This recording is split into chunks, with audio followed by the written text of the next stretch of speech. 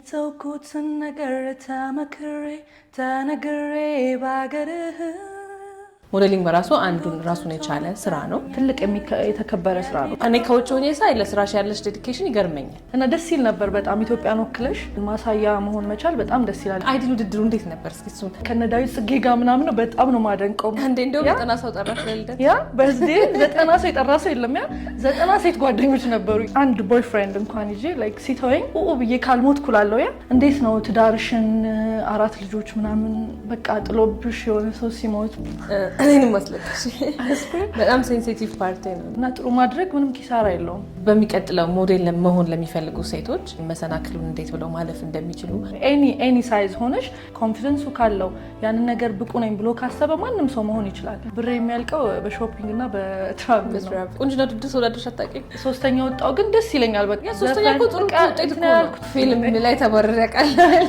በሩን ያሳዩኝ